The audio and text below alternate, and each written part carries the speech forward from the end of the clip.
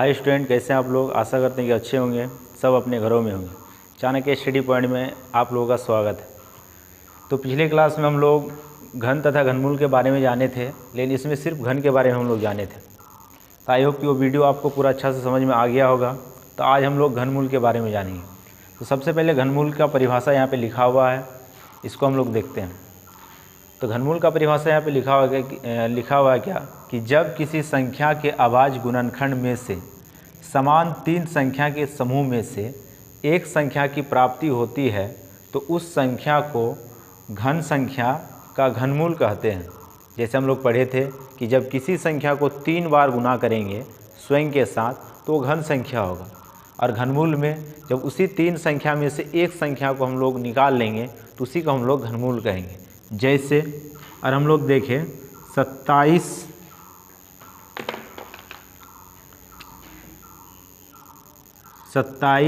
का घनमूल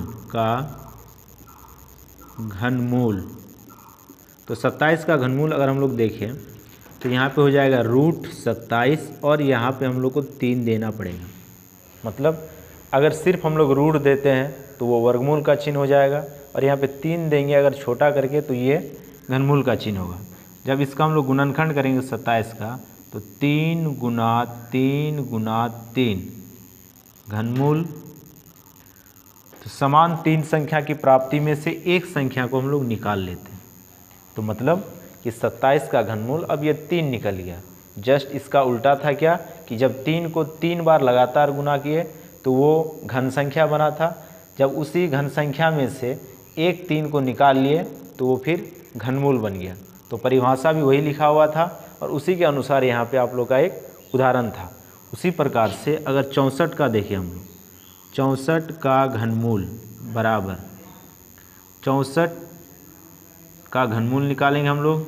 जब इसका अभाज्य गुणनखंड करेंगे तो 2 गुना 2 गुना 2 गुना 2 गुना 2 गुना 2। अब इसका घनमूल निकालते हैं हम लोग, क्योंकि अभाज्य गुणनखंड करना था। तो 3 समान संख्या में से एक निकल गया, यानी कि लगातार 2 3 बार आ चुका है। फिर यहाँ से लेके यहाँ तक में देखें तो लगातार 2 3 बार आ चुका है। फिर इसमें से और एक 2 निकलेगा, तो 2 दूना 4। तो 64 का घनमूल कितना निकल गया? 4। तो आई होप कि ये परिभाषा और ये उदाहरण आपको समझ में आ गया होगा। अब हम लोग आगे चलते हैं, तो इसको हम लोग रेज कर देते हैं।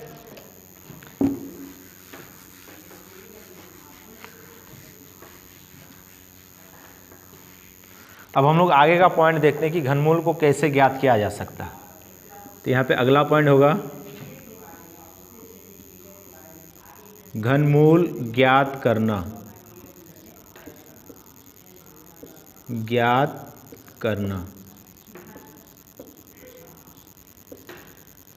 तो घनमूल सिर्फ और सिर्फ गुणनखंड विधि से ज्ञात हो सकता है।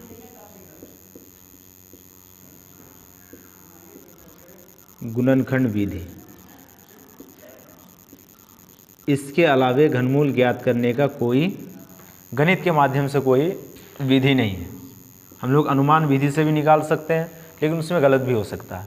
लेकिन गुणनखंड विधि से कभी भी घनमूल गलत नहीं हो सकता है। तो देखते हैं आगे का कुछ उदाहरण हम लोग कि घनमूल को कैसे हम लोग गुणनखंड विधि से निकाल सकते हैं। तो मान लेते एक कोई संख्या 27 है। अब इसी का हम लोग को घनमूल निकालना, तो इसको हम लोग निकालेंगे गुणनखंड विधि से। तो 3 से ये विभाज्य होगा, 9 बार में विभाजित होगा, फिर 3 से विभाज्य होगा, 3 बार में विभाजित होगा, फिर 3 से विभाजित करेंगे तो 1 आएगा। तो मतलब कि 27 का घनमूल बराबर में आ गया 3 गुना 3 गुना 3। तो घनमूल में आ गया हम लोग का 3। तो मतलब 27 का घनमूल 3 आ गया। तो ये हम लोग के पास गुणनखंड विधि था। इसके अलावा और एक विधि है, उसको भी हम लोग देखते हैं। इसके अलावा अगर देखा जाए तो एक विधि हम लोग के पास है अनुमान विधि। अब इसके माध्यम से भी एक सवाल को देखते हैं हम लोग, उसके बाद फिर हम लोग चैप्टर में चलेंगे। तो दूसरा विधि देखा जाए तो ये हो जाएगा अनुमान विधि। अनुमान विधि।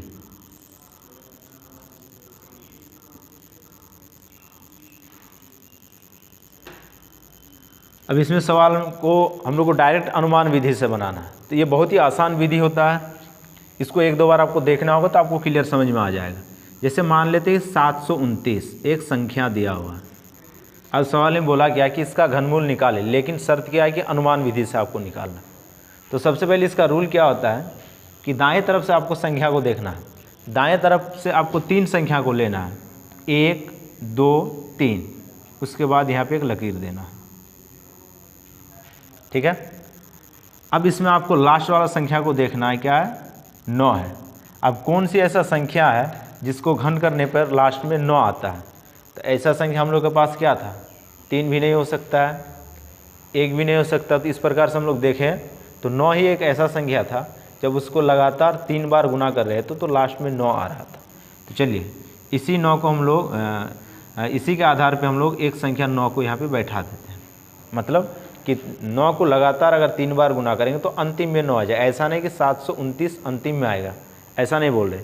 यहाँ पे ये देखना होगा कि किस संख्या को लगातार 3 बार गुना करने से इकाई के अंक में 9 आ जाए। तो ऐसा संख्या 9 ही है। अब इसके आगे देखते हैं, इसके आगे कुछ संख्या नहीं तो 0 था। अब 0 का अगर घनमूल कौन सा ऐसा संख्या है जिसको 3 बार गुना करने से या तो 0 पूरे या फिर 0 से कम? तो ऐसा संख्या कोई नहीं है, सिर्फ और सिर्फ 0 ही है। तो फिर दायां तरफ से एक 0 बैठाएंगे तो बराबर में 9 आ गया। तो मतलब कि 729 का घनमूल 9 होगा। तो आई होप कि ये चीज़ आपको समझ में आ गया होगा, दोनों विधि आपको समझ में आ गया होगा। जब हम लोग इसको चैप्टर में देखेंगे तो वहाँ पे पूरा सवाल आपको समझ में आएगा। तो चलिए हम लोग आगे का चैप्टर देखते हैं। जैसा कि आप लोगों को पता है कि कल हम लोग 6.1 पढ़े थे, आज हम लोग 6.2 को पढ़ेंगे।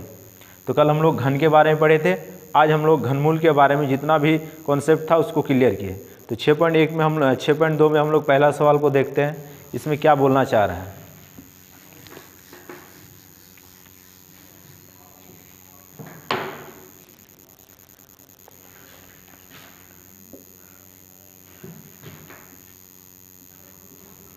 दो का अगर पहला सवाल देखा जाए तो इसमें बोल रहा क्या कि निम्नलिखित में से प्रत्येक संख्या का घनमूल अभाज्य गुणनखंड विधि से ज्ञात करें। मतलब जी थ्योरी में जो हम लोग पढ़े उसी के माध्यम से ये सारा सवाल को बनाना है। तो इसमें चलिए हम लोग देखते हैं 2 नंबर सवाल को, 1 का 2 नंबर सवाल को हम लोग देखते हैं। 1 का 2 नंबर सवाल में देखा जाए तो 729 दिया हुआ और सवाल में बोला गया कि अभाज्य गुणनखंड विधि से इसका घनमूल ज्ञात करें। तो 729 को अगर देखें तो ये सबसे पहले 3 से विभाज्य होगा, 3 दूना 6, 3 चौके 12, 3 तिये 9। फिर ये 3 से विभाज्य होगा, 3 अठे 24, 3 एका 3। फिर ये 3 से विभाज्य होगा, 3 दूना 6, 3 सते 21। फिर ये 3 से विभाज्य होगा, 3 नवा 27। आगे भी उसी प्रकार से 3 से विभाज्य होगा, 3 तिये 9। फिर 3 से विभाज्य होगा 1। अब यहाँ पे देखा जाए तो 729 का घनमूल हम लोग निकाल रहे हैं। इसके अभाज्य गुणनखंड में कितना 3 आया, 1 2 3 4 5 6। तो 1 2 3 4 5 6, 6 3 की प्राप्ति हुई। अब इसमें से 3 में से एक 3 निकलेगा। तो 3 में से एक 3 निकला, उसी प्रकार से आगे का 3 में से एक 3 निकलेगा, फिर से 3 निकला। तो 3 तिये 9। तो यहाँ पे ये चीज़ क्लियर हो गया कि 729 का घनमूल 9 निकला। तो इसी प्रकार से इसमें जितना भी सवाल है आपको सारा सवाल को गुणनखंड विधि से बनाना है और इसी प्रकार से सारा का आंसर निकल गया। अगर आपका गुणनखंड बहुत ही अच्छा है तो सारा सवाल आपसे बन जाएगा, और गुणनखंड आपका कमज़ोर है तो ये सारा सवाल आप जल्दी से नहीं बना सकते हैं। तो ये 1 नंबर का 2 नंबर का ये सवाल था। आई होप कि ये सवाल आपको समझ में आ गया होगा। अब हम लोग 2 नंबर का सवाल देखते हैं, इसमें क्या बोलना चाह रहा है।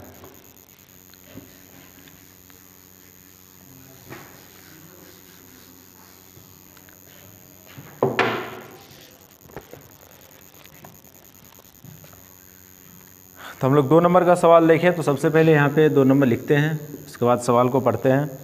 सवाल में बोलना क्या चाह रहे हैं यहाँ पे कि निम्नलिखित में से प्रत्येक संख्या के लिए वह छोटी सी छोटी संख्या बताए जिससे इस संख्या को गुणा करने पर वह एक पूर्ण घन बन जाए। इस प्रकार से प्राप्त पूर्ण घन संख्या का घनमूल भी ज्ञात करें। तो इस प्रकार का सवाल हम लोग 6.1 में भी पढ़े थे। सेम वही सवाल है कि अंतिम में जो चीज़ का कमी होगा उससे गुना करेंगे तो फिर वो घन संख्या बन जाएगा। जिस प्रकार से वहाँ पे हम लोग 2 नंबर का सवाल पढ़े थे सेम वही सवाल है। तो चलिए एक सवाल को हम लोग देखते हैं यहाँ पे। सबसे पहले इसका गुणनखंड करते हैं, तब आगे का जो भी बात होगा उसको हम लोग बाद में डिस्कस करेंगे। तो सबसे पहले इसका गुणनखंड करते हैं हम लोग। तो सबसे पहले ये 2 से विभाजित होगा, 2 1 2, 2 6 12। फिर ये 2 से विभाज्य होगा 80। फिर से ये 2 से विभाज्य होगा तो 40 आएगा। फिर ये 2 से डिवाइडिंग होगा यहाँ पे तो ये 20 आएगा। उसी प्रकार से फिर से 2 से जाएगा ये तो 10, 2, 5, फिर 2 अब ये 5 से विभाज्य होगा तो 1 आएगा। तो 320 का गुणनखंड हो चुका है यहाँ पे। तो 320 का गुणनखंड को पहले लिख लेते हैं हम लोग। 320 के गुणनखंड में 2 देखा जाए तो 6 बार आ चुका है यहाँ पे। 1, 2, 3, 4, 5, 6 और 1 बार ही 5 आया है। अब सवाल को देखें हम लोग ध्यान से। अब सवाल में ये बोल रहा है कि 320 में किस संख्या का गुणा किया जाए ताकि ये पूर्ण घन संख्या बन जाए।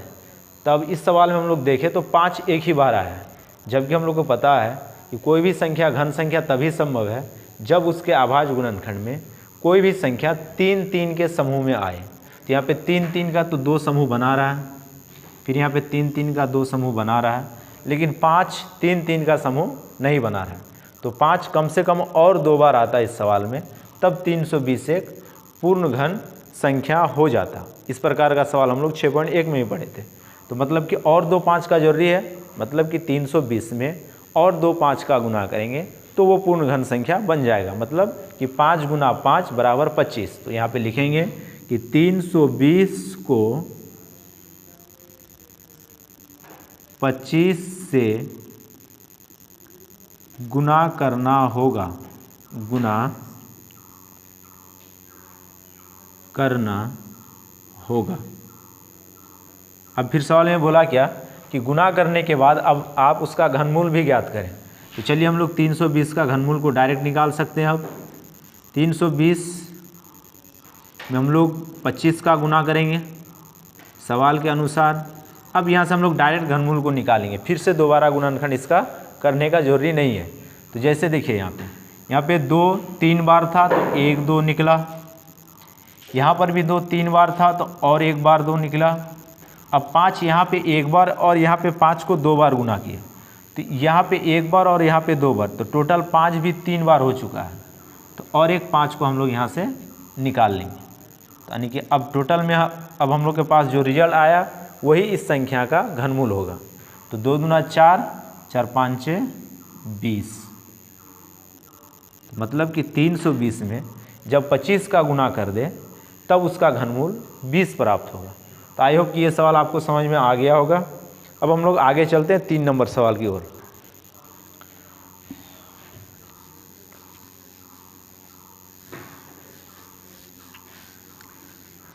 अब 3 नंबर सवाल में बोल रहा है क्या कि निम्नलिखित संख्याओं के अभाज्य गुणनखंड में किस छोटी से छोटी संख्या का भाग दिया जाए ताकि वह पूर्ण घन संख्या बन जाए और उस घन संख्या का घनमूल भी ज्ञात करें।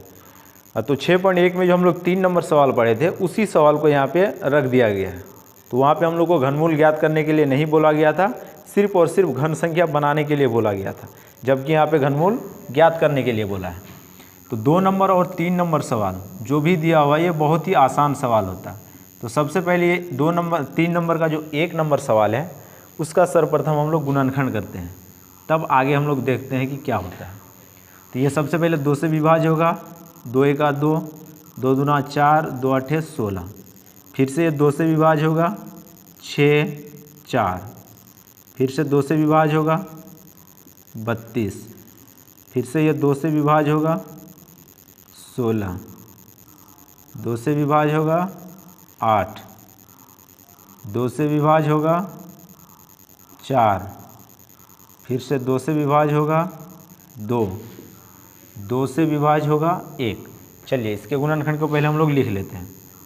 तो 256 का गुणनखंड कितना 2 आ गया, 1 2 3 4 5 6 7 8, 1 2 3 4 5 6 7 8।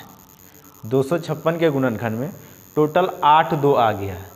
तो अगर 3 3 का हम लोग समूह बनाएं, उसके बाद देखते हैं कितना 2 बचता है। तो 3 3 का समूह बनाने के बाद हम लोग के पास 2 2 बच गया है। अब 3 नंबर और 2 नंबर और 3 नंबर सवाल को फिर से समझने का कोशिश करते हैं। 2 नंबर में बोला गया था क्या कि किस संख्या से गुना किया जाए ताकि जो दिया हुआ संख्या वो घन संख्या बन जाए। लेकिन यहाँ पे क्या बोला गया कि किस संख्या से भाग दिया जाए कि उसको भाग देने के बाद जो भी भागफल प्राप्त हो वो एक घन संख्या बन जाए। तो 3 नंबर सवाल में था क्या कि जिस चीज़ का कमी था उससे गुना करके उसको घन संख्या बनाए। अब इस सवाल में क्या होगा कि जो चीज़ बच गया उससे भाग देके इसको घन संख्या बनाएंगे। तो दोनों में बस यही अंतर है कि जब गुना करने बोला जाए तो वहाँ पे सवाल में लिखेगा क्या कि जो संख्या का कमी हो गया उस संख्या को उससे गुना करो, और भाग देने की स्थिति में आएगा क्या कि जो संख्या बच गया उस संख्या से उसको भाग दे दिया जाए। तो यहाँ पे 3 3 का समूह बनाने के बाद 2 2 बच गया, मतलब 2 गुना 2 2 दुना 4, 4 बच गया। जब 256 में 4 से डिवाइड करेंगे तो जो भी भागफल प्राप्त होगा वो एक पूर्ण घन संख्या होगा। तो अब यहाँ पे लिखेंगे क्या कि 256 में 4 से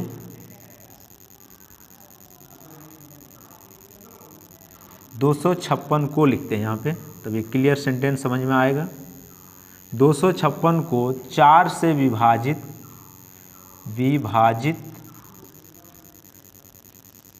करना होगा। तो चलिए हम लोग 256 को 4 से विभाजित करते हैं।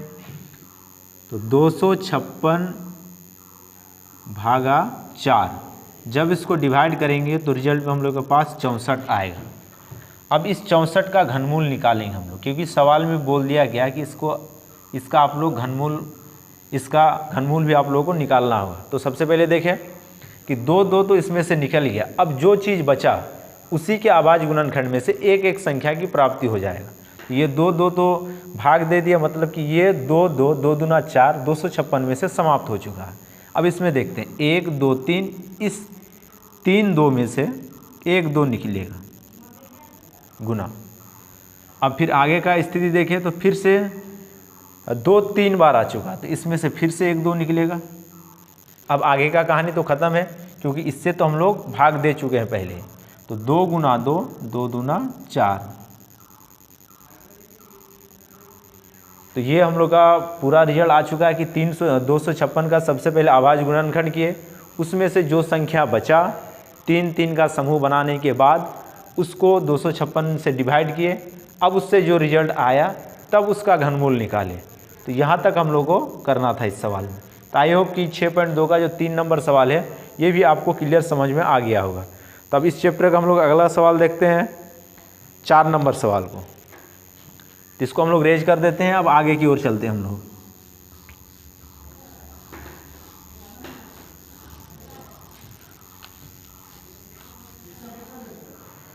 अब 4 नंबर सवाल में क्या कि अनुमान द्वारा निम्नलिखित घन संख्या का घनमूल ज्ञात करें। ये बहुत ही आसान सवाल है। इसमें से कोई एक सवाल को उठाते हैं हम लोग और अनुमान विधि से इस सवाल को बनाते हैं। जिस प्रकार से कॉन्सेप्ट में समझाया गया उसी प्रकार से इस सवाल को यहाँ पे बनाने का कोशिश करते हैं। तो इसका हम लोग देख लेते हैं 4 नंबर सवाल। 4 नंबर सवाल में क्या 15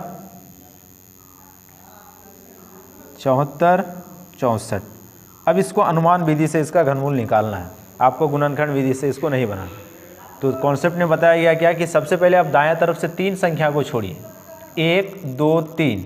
अब इस 3 संख्या के बाद आप एक लकीर दे दीजिए। अब आगे जो संख्या उसको रहने दीजिए।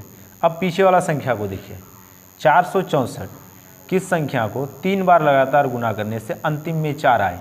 तो ऐसा एक ही संख्या था, वो 4 था, क्योंकि 4 गुना 4 गुना 4 बराबर 64।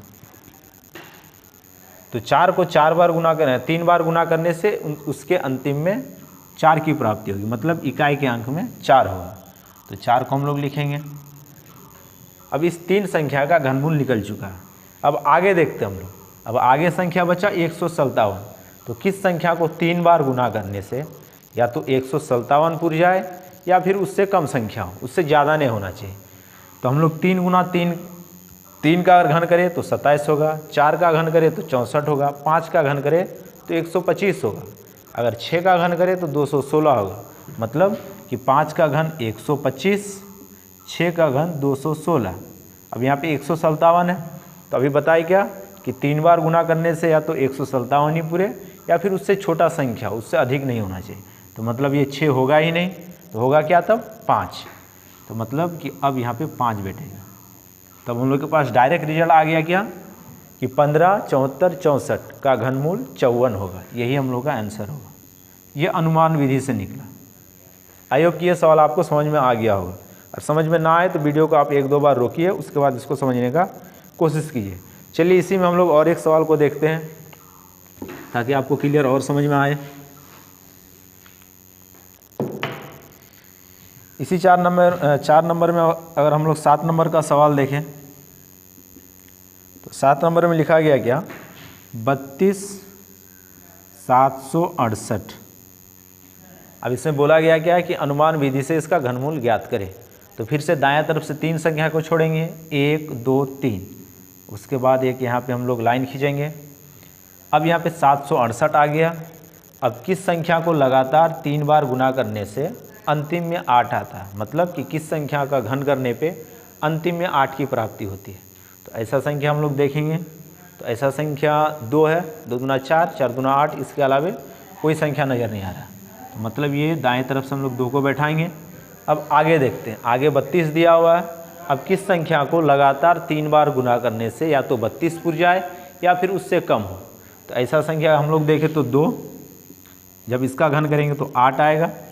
उसी प्रकार से 3 का देखें तो 27 आएगा, 4 का घन देखें तो 64 आएगा।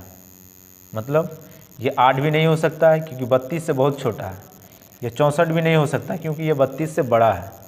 तो अब बचा हम लोग के पास क्या 3, जो कि 32 से जस्ट छोटा है। तो मतलब यहाँ पे आ जाएगा 3। तो 32,768 का घनमूल आ जाएगा 32, और ये अनुमान विधि से निकला। तो यही हम लोग के पास आंसर हो जाएगा। गुणनखंड विधि से बनाने के लिए नहीं बोला गया। अगर ये सवाल गुणनखंड विधि से बनाने के लिए बोला जाता तो हम लोग गुणनखंड विधि से बनाते, नहीं तो इसको अनुमान विधि से ही बनाना होगा। तो आई होप कि ये 4 नंबर सवाल भी आपको समझ में आ गया होगा। अब 5 नंबर में जितना भी सवाल दिया ये आपको सही और गलत बताना है। तो 1-2 सवाल यहाँ पे पढ़ देते हैं, उसके बाद आप लोग इसको बनाने का कोशिश कीजिएगा।